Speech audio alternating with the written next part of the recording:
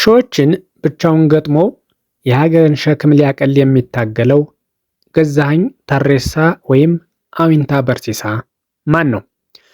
ለመንሱር ጀማልና ለሰራዊት ፍቅሬ እንዲሁም ለመሰሎቹ መታሰር ምክንያት ነው የሚባለው ይህ ግለሰብ ለዚህ ተግባር ምንስ አነሳሳው? በመጨረሻም ይህ ግለሰብ ለሚቀርቡለት ረብጣ የማታለያ ገንዘቦች ፈቃደኛስ ለምን ነው መሆን ያልፈቀደው? ሙሉ መረጃውን እስከ ቪዲዮ መጨረሻ ድረስ አብራችሁኝ ከቆያችሁ በዝርዝር እነግራችኋለሁ። ይህ ግለሰብ እንግዲህ ገዛኸኝ ተሬሳ ይባላል። እስከ 6ኛ ክፍል ድረስ አዊንታ በርሲሳ በሚል ስም ነበር የሚጠራው።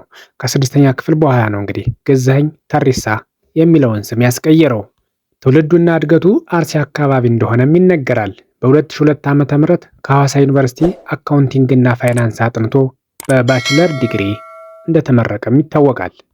ለረጅም ዓመታት በፐርፎርማንስ ኦዲተርነት ሲሰራ እንደቆየም ይታወቃል።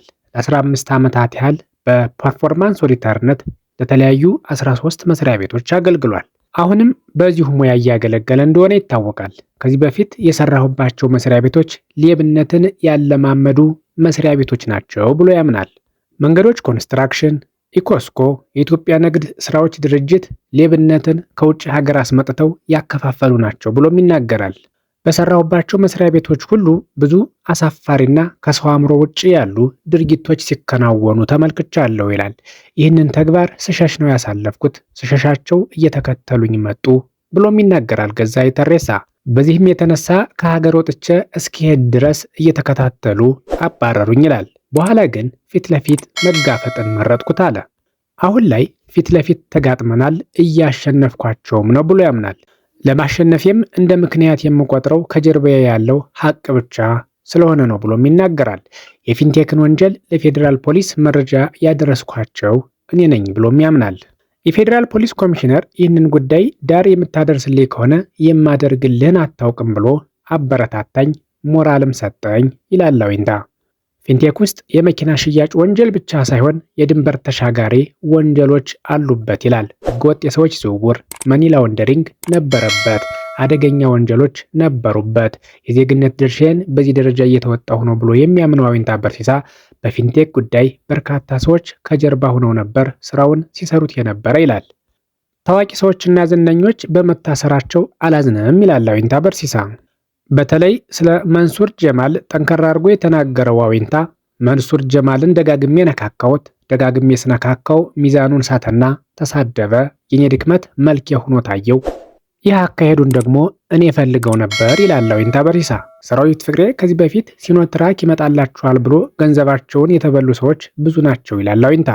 የሌብነት ሲስተሙም መልኩም ብዙ ነው። በበርካታ መንገድ የሌብነት አካሄድ ተቀይሯል፣ አዳገኝነቱም በዚያው ልክ ጨምሯል ይላል። ከሚገባው በላይ የሚያከብሩኝና የሚወዱኝ ሰዎች አሉ፣ የእነሱን ቃል ጠብቄ እሄዳለሁ ይላል አዊንታ በርሲሳ። ስራዬ ከመንግስት ጋርም ሆነ ከፓርቲ ጋር ምንም አይነት ግንኙነት የለውም ይላል። የሰውን አመኔታ ላለመብላት ጥንቃቄ እያደረኩ መጓዜን እቀጥላለሁ ይላል። የፊንቴክ ባለቤት አቶ ዳንኤል ራሱ ደውሎልኝ ሰዎች ለአዊንታ 20 ሚሊዮን ብር እንስጠውና ይህንን ጉዳይ ያቁም ብለውኝ አነጋግረውኝ የሚያውቋሉ ይላል። ከነሱ 20 ሚሊዮን ብር ይልቅ ህዝቡ የሚሰጠኝ 5 ብር ጣፍጦኝ ነው የምበላው ይላል አዊንታ። ሁሌም ባገኘው አጋጣሚ ሁሉ ደሞዜን ክፈሉ 5 ብር አምጡ በሚል ንግግሩም ብዙዎች ያውቁታል። መስሪያ ቤቴ ከሚሰጠኝ ደሞዝ በላይ 5 ብሯ ትጠቅመኛለች ይላል አዊንታ።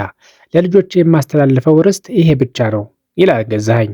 ውድ የቻናላችን ቤተሰቦች በርካታ ሚሊዮን ብሮች ቀርበውለት ህሊናውን አስቀድሞ ለገንዘብ መገዛት ላልፈለገውና በዚህ ልክ ለህሊናቸው ያደሩ ሰዎችን ማድነቅና ማመስገን እንዲሁም እውቅና መስጠት ለሌሎቹ የእሱን ፈለክ እንዲከተሉ መንገድ መጥረግ ነውና እየከወናቸው ስላሉ መልካም ተግባሮቹ አዊንታ በርሲሳን ክብር ይገባል ብለን እናመሰግነዋለን።